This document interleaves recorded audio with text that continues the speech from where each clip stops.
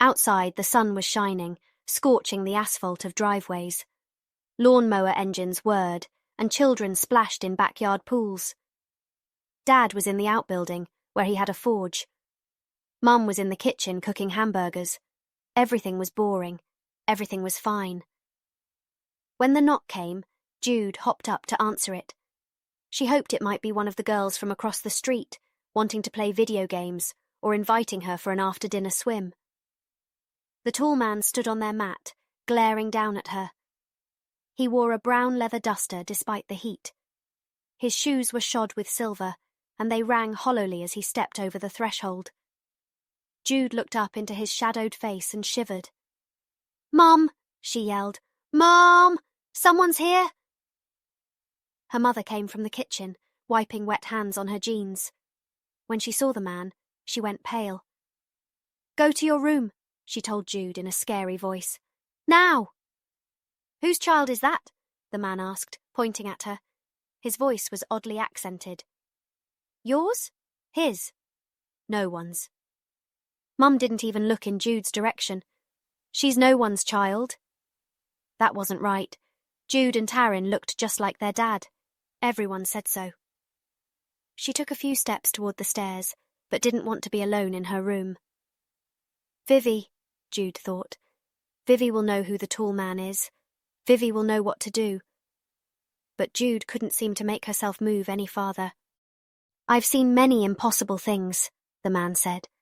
"I have seen the acorn before the oak. I have seen the spark before the flame. But never have I seen such as this. A dead woman living. A child born from nothing." Mum seemed at a loss for words. Her body was vibrating with tension.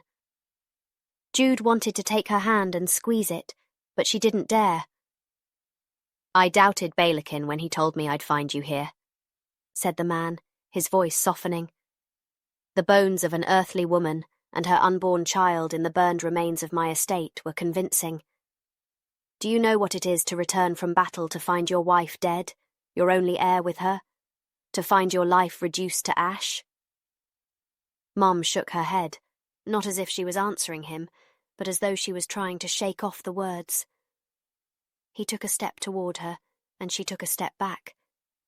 There was something wrong with the tall man's leg. He moved stiffly, as though it hurt him.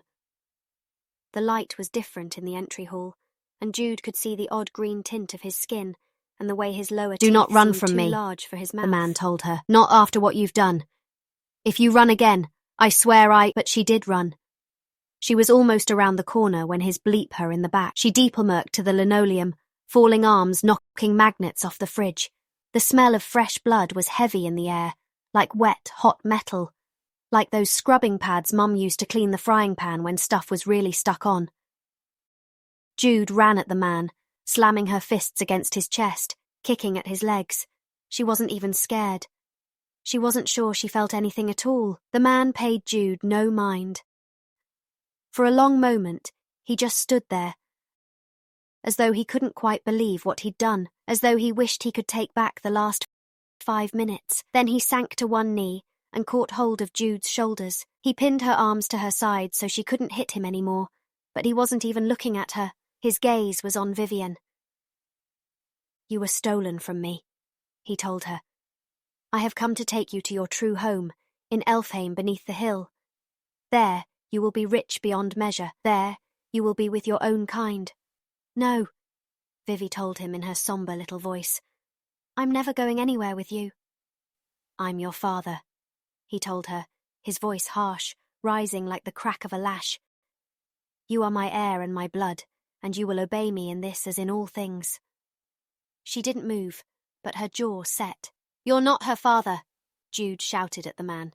Even though he and Vivi had the same eyes, she wouldn't let herself believe it. His grip tightened on her shoulders, and she made a little squeezed, squeaking sound, but she stared up defiantly. She'd won plenty of staring contests. He looked away first, turning to watch Taryn on her knees, shaking Mum while she sobbed, as though she was trying to wake her up. Mum didn't move.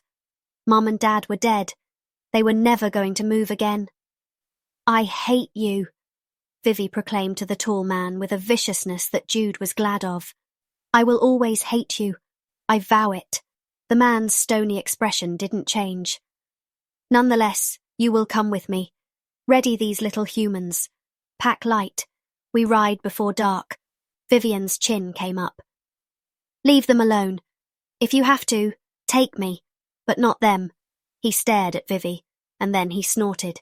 You'd protect your sisters from me, would you? Tell me then, where would you have them go? Vivi didn't answer. They had no grandparents. No living family at all. At least none they knew. He looked at Jude again, released her shoulders, and rose to his feet. They are the progeny of my wife, and thus my responsibility. I may be cruel, a monster, and a murderer, but I do not shirk my responsibilities. Nor should you shirk yours as the eldest. Years later, when Jude told herself the story of what happened, she couldn't recall the part where they packed. Shock seemed to have erased that hour entirely. Somehow Vivi must have found bags, must have put in their favourite picture books and their most beloved toys, along with photographs and pyjamas and coats and shirts, or maybe Jude had packed for herself. She was never sure.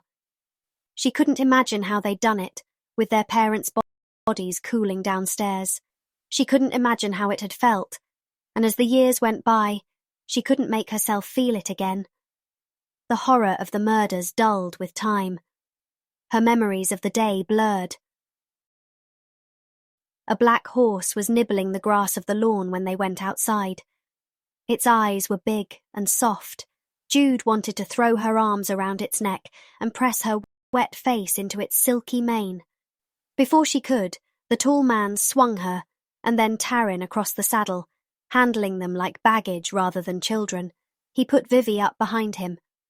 Hold on, he said. Jude and her sisters wept the whole way to Fairyland.